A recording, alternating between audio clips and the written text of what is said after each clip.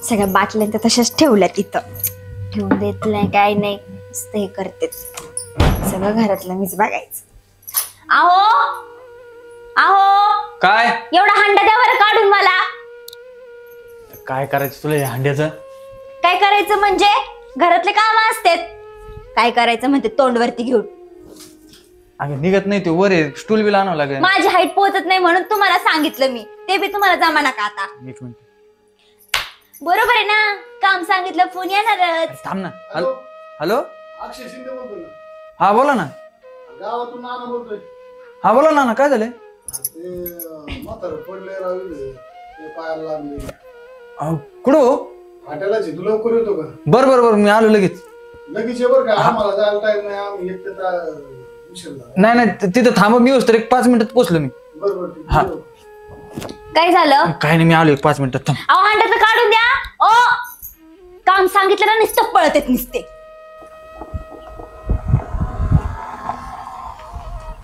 आला आला आला आला तेच पोर गाव का आला. चल बाई, चल येऊन दे. बाबा अरे जरा बापावर लक्ष दे ना बाबा. अरे काय त्या बापाचे हाल. अरे काय त्या बायकोच्या नादाने नुसता येडा झाला तू. तू एक काम कर, तू आहे ना आता दवाखान्यात घे. हा, त्याला इकडे नको आणू राव, त्याची लय बेकार अवस्था आहे राव. त्याला तुझ्या घरी नेन राव. नाही नाही एक बाप सांभाळत नाही होय तुम्हाला. नाही, नेतो ना घरी. हा? घरी नेतो. दरवाजा उघडी दे. बरोबर ठीक आहे, जरा जुगो. मागचा मागचा हळू हळू जरा. हळूच बस. बरं झालं तुम्ही थांबले. चांगलं दवाखान्यात जा रे बाबा, घेऊन लय लागलंय पायाला. काय माहिती. काय माहित नाही. गाडीवाला कोणी का असं ना. वर घे पाय तिकडे. तू एक काम कर, दवाखान्यात घेऊन जा पहिले. आणि इकडे नको आणू परत त्याला. नाही नाही, तिकडे तुझ्या घरी घेऊन जा. घरी घेऊन जातो. जा निघ पाटकेस. आईले पूर नसलेली बरे त्याच्या आईला वाला नाही. आई बापाची अशी अवस्था आहे. बापाचे काय हाल आहे. बियो का सोड. इकडे आण नको परत आता. नाही घरी नेतो डायरेक्ट. हा जा पण. आधी दवाखान्यात. चल रे बाबा लवकर चल दवाखान्यात. आई ग काय पोरांना शिकून नोकरीला लावा का नाही लावा असं त्याला लोक नाही का, ते रडत येतो लोक बघा. असं नाही आई बाप. चला तुम्ही कुठे निघाल्या होत्या? नाही, मी चालले जरा मंदिरात चालले. बर बर बर. जावा तुम्ही. हा हा ये.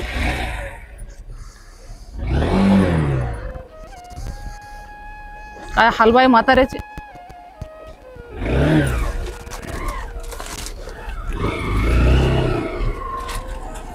आई ग अरे लय दुखत आहे रे. जरा बघू इकडे तिकडे करायचं. इथं बसतो मी.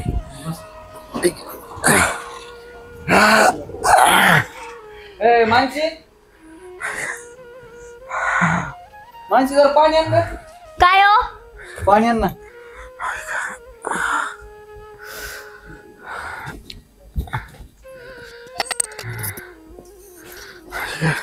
आण लवकर. आणते. थांबा थांब, भरून जरा पाणी प्या. पाणी. त्याला इकडे कशाला आणलाय? तिकडेच नेऊन सोडायचं ना. मी माझ्या घरात ठेवणार नाही, नाहीतर मी चालले माहेराला.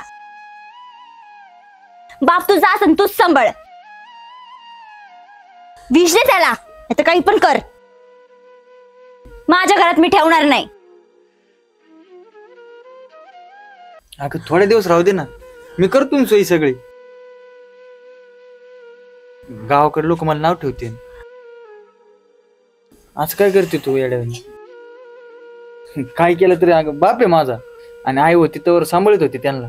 आता आई गेली, त्यांना कोण सांभाळीन आता? आणि आत्ताच्या आत्ता कुठं ठेवू कुठं नेऊ सांग बरं तू. मी तुझ्या पाया पडतो, त्यांच्या समोर तरी नको तमाशा करू. मी अजिबात ठेवणार नाही इथं. मी सांभाळणार पण नाही. तुम्ही आताच्या आता ह्याला घेऊन निघा इकडून. कुठं पण सोडा, गावाकडे सोडून द्या. मी चालले मग आपली घरात. जाऊ दे बाबा, मला जिथं होतं तिथंच नेऊन सोडतो. नाही जमलं तर एक काम कर, एखादी विषाची बाटली आणून वाज मला. अरे जेव्हा लोकांनी तुला फोन केला तेव्हा तू माझ्या जवळ आला. अरे कधी विचारपूस केली का बापाची? आई मेल्यापासून एकटाच राहतोय. काय खातोय, जागलाय का मेलाय, कधी विचारपूस केली का बापाची? शेजाऱ्या पाजाऱ्यांना तरी कधी विचारलं का तू बाप आहे का नाही? चल बाबा चल, मला नेऊन सोड. चल चल बाबा चल, मला नेऊन सोड. बरं आहे मी तिकडच. आई ग.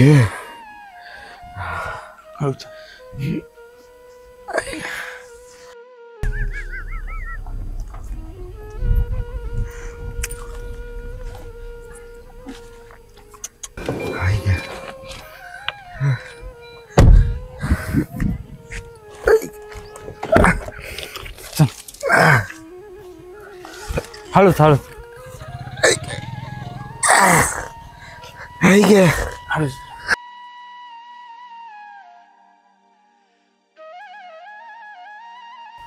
चला हळूच.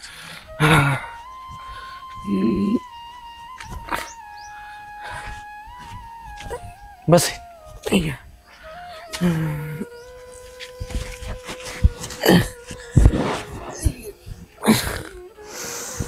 अरे इकडे कुठं आणलं मला तू? अरे एखाद्या मशान खाईत नेऊन टाकायचं ना मला. जा बाबा जा, तू पण जा, तू खुश राह. अरे जन्म जाते बापापेक्षा तुला बायको प्यारी झाली रे. अरे कसं देव मला मरण देत नाही. मला नको रे सोडून जाऊ अक्षय. अरे मी तुझ्या पाया पडतो, मला नको सोडून जाऊ. अरे मला कुणी नाही या जगामध्ये. मला जगू दे थोडे दिवस. अरे मुलाच्या आणि बापाच्या नात्याला काळिंबा लागन रे, काळिंबा. अरे मुलावरचा प्रत्येक बापाचा विश्वास उडून जाईन रे.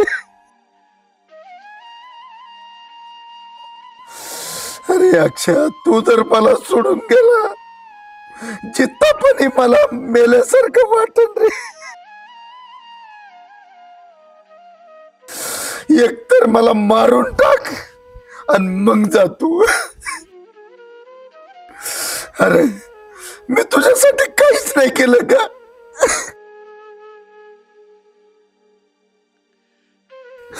अरे हाडाचे काढ करून तुला मोठा केला, तुला शिकवलं, तुझ्यासाठी जे नाही ते केलं रे. त्याच प्रायश्चित्त आता तू हे देतो का मला? अरे घरदार सोडून तू मला इथं देवळात आणून सोडतो का? अरे थोडी जनाची नाही तर मनाची तरी तर रे. बाप बाप असतो. अरे मी तरी काहीतरी तुझ्यासाठी केलं असेल ना. 4 टोपले तर टाकले असतील.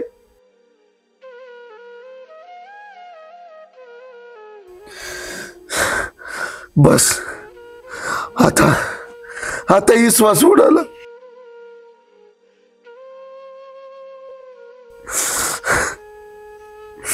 थोड्या दिवसात तू मला मेलेलं पाशीन रे.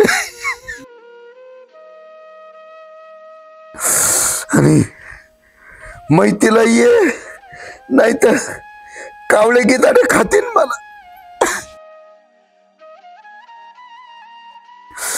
आयुष्यभराचा कलंक लागेल तुला.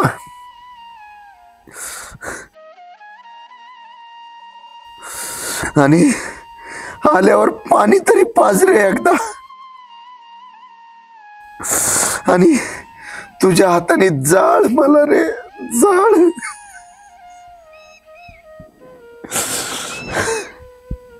हो बाबा, हो खरंच चुकलं माझं.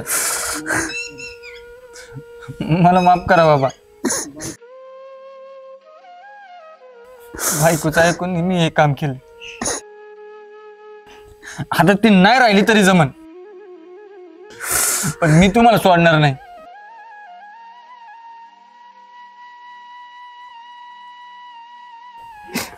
त्या बापाने माझ्यासाठी काय केलं ते मला आज कळालं.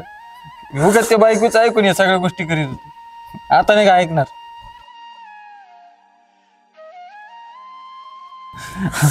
तुम्हाला घरी नेतो तर ती काय म्हणली ना, तिला घराच्या बाहेर हाकलून देईन. अजिबात ठेवणार नाही तिला घरी. चला घरी तुम्ही. अजिबात घाबरू नका, मी आहे ना तुमचा मुलगा. चला चला बाबा, तुम्ही घाबरू नका अजिबात. मी आहे ना तुमचा मुलगा. चला तुम्ही, चला चला तुम्ही. सावकाश.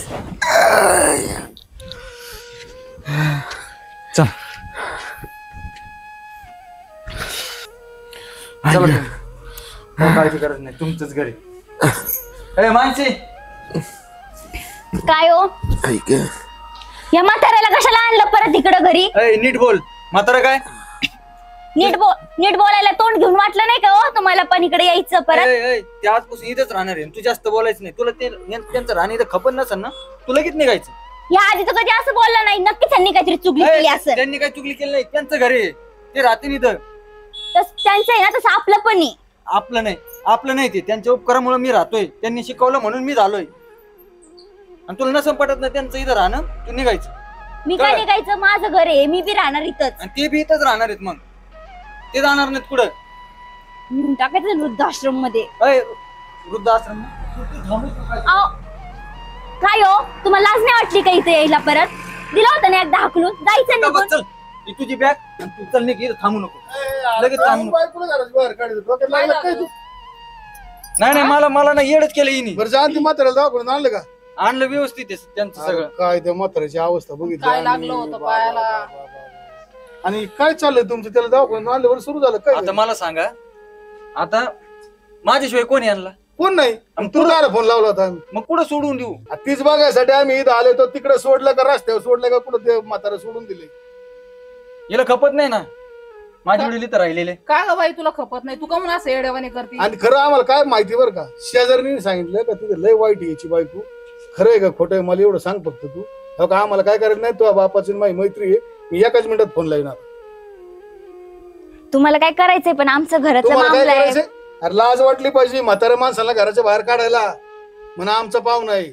तुम्ही तुमच्या म्हाताऱ्याला नीट सांभाळताना, आमचे लय टकाटक मध्ये आहेत. आमचा नको विचार करू. मग तुम्ही आमचा नको विचार करू. आम्ही आमचं हे लय बघून घेऊ. चरचर बोलत वाढव आहे, बोलू दाखव नको. जराशीक झटका. तेच म्हणलं, वाढव बोल नको. तुला नसेल राहायचं तर लगेच निघित. मी आणि माझा बाप आम्ही राहू. आम्ही आणि दोघे. हिच्या बापाला आहे ना, तुम्ही खरंच आम्ही फोन करा करतो ना. हिला अगोदरच आहे. ती बाई नव्हती सांगत काही, ते म्हाताऱ्याला भाकर सुद्धा देत नाही. अरे 2 टाइम तुकड्याला मागे एवढं कोणी करून दिले? हा, पोराला नोकरीला कोण लावलं? तो लावलं का? नाही.